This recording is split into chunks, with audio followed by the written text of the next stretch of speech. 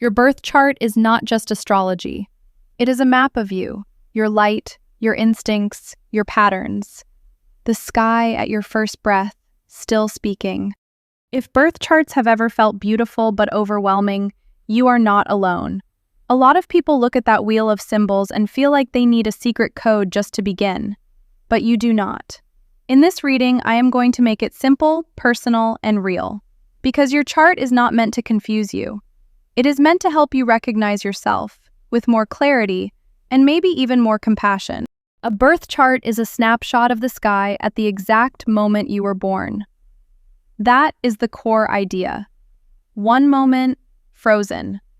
And inside that moment, astrology maps three main things: the planets, the zodiac signs, and the houses. The planets show different parts of your psyche. The signs show the style those parts move through life with. And the houses reveal where those themes tend to play out. So if you are brand new to this, breathe. You do not need to know every symbol. You only need a simple way in. Here is the easiest breakdown. Planets are the players. Signs are the personality or tone. Houses are the life areas where everything shows up. When you see the chart this way, it becomes less like a puzzle and more like a story. Your story. A story with different voices, different needs, different rooms inside the same soul. And this is where it starts getting personal. Because once you understand the structure, you begin to see yourself inside it. Most people begin with what astrologers call the big three: your sun, your moon, and your rising sign. These are the placements people talk about most because they shape how you experience yourself in a very immediate way. The sun is your core identity. The moon is your emotional nature. The rising sign is the energy you lead with, the doorway through which life first meets you. And this is why astrology can feel strangely accurate.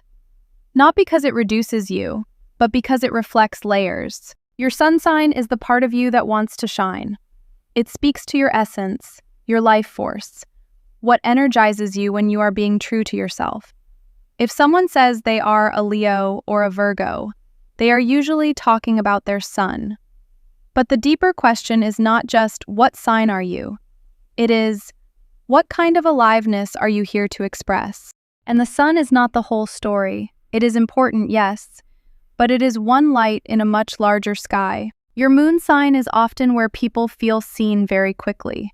This is your inner world, your emotional reflexes, your needs when no one is watching. The moon can show what comforts you, what unsettles you, how you process stress, and what helps you feel safe enough to soften. Sometimes your moon explains the part of you that your sun never could. So if this is already landing, stay with that feeling. Recognition is often the doorway. Your rising sign, also called your ascendant, is different again. It describes the lens through which you meet life. Your first impression, your surface style. The energy people notice before they know your heart. It can shape your appearance, your rhythm, your approach to new situations. It is not fake. It is simply the outer edge of you. Now put those three together. Your core self, your inner self, your outward self. Suddenly, contradiction makes sense. You might have a bold sun, a tender moon, and a calm rising, or a practical sun, a fiery moon, and an airy rising. That can look like someone who seems composed, but feels everything intensely, or someone who appears playful, yet carries deep responsibility inside. This is why astrology becomes meaningful. It allows more than one truth to exist at once. You are not inconsistent. You are layered. So just pause here for a breath. You were never meant to fit into one word. Your chart is not a box. It is a mirror. It can reflect the parts of you that seem to clash, the parts you show easily, and the parts you protect. And sometimes that reflection feels less like being defined and more like finally being understood. Now the next layer is houses. And houses tell us where these energies show up in life. If the chart is a wheel, the houses are 12 sections of that wheel, each linked to a part of life. One house speaks to identity, another to money and values, another to home, relationships, work, creativity, purpose. You do not need to memorize all 12 right now. Just know this: houses bring astrology down to earth. They show where a placement tends to express itself most clearly. And truly, you do not need to hold the whole system in your head. Simplicity is enough to begin. For example, one person might have strong relationship energy, so connection becomes a major life teacher. Someone else may have powerful career placements, so visibility, ambition, or legacy become central themes. Another chart may highlight home and family, meaning the inner foundation matters most. The point is not which theme is better. It is seeing where your life asks for attention, growth, and care. So here's the formula I want you to remember. Planets are what? Signs are how. Houses are where. That one line can unlock so much. A planet tells you the function, the sign gives it flavor, the house gives it a stage. And once you understand that, the chart stops feeling random. It starts revealing patterns. Your chart can show strengths you naturally lean into, needs you often neglect, and contradictions that shape your choices. It can reveal why you crave freedom, but also need stability. Why you seem confident in public, but feel uncertain in private. Why love, work, rest, or self-worth carry a particular charge for you.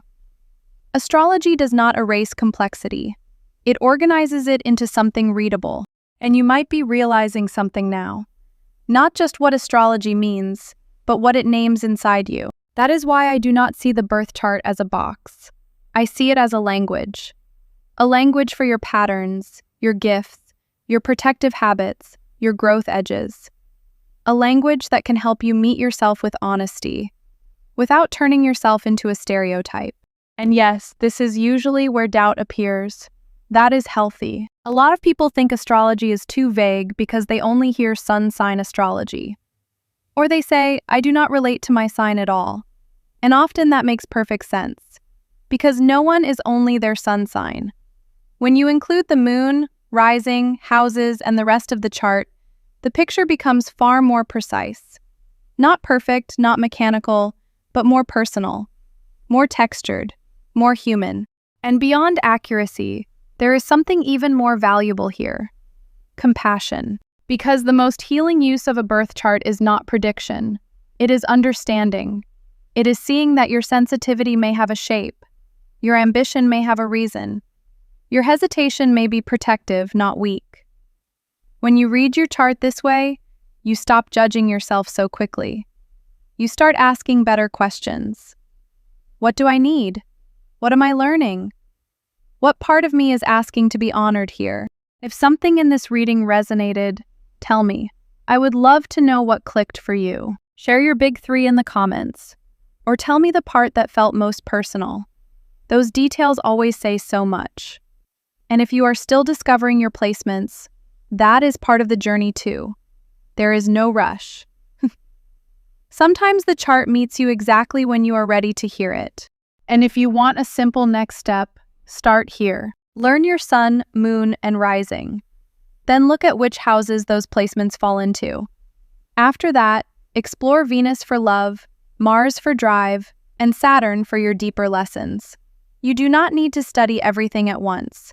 Just follow the thread that feels alive. And if you are ready to go deeper, that is exactly what we are here for. At controlmyfate.com, you can explore deeper birth chart guidance designed to make astrology feel personal, clear, and genuinely useful. Not overwhelming, not generic. Just thoughtful insight that helps you understand your own patterns with more depth. If this reading opened something in you, let that be your next step. This channel is here to walk with you through the language of your chart, one layer at a time. So stay close, subscribe, and keep exploring what your soul has been trying to show you all along. Drop your big three in the comments, and I'll see you in the next reading.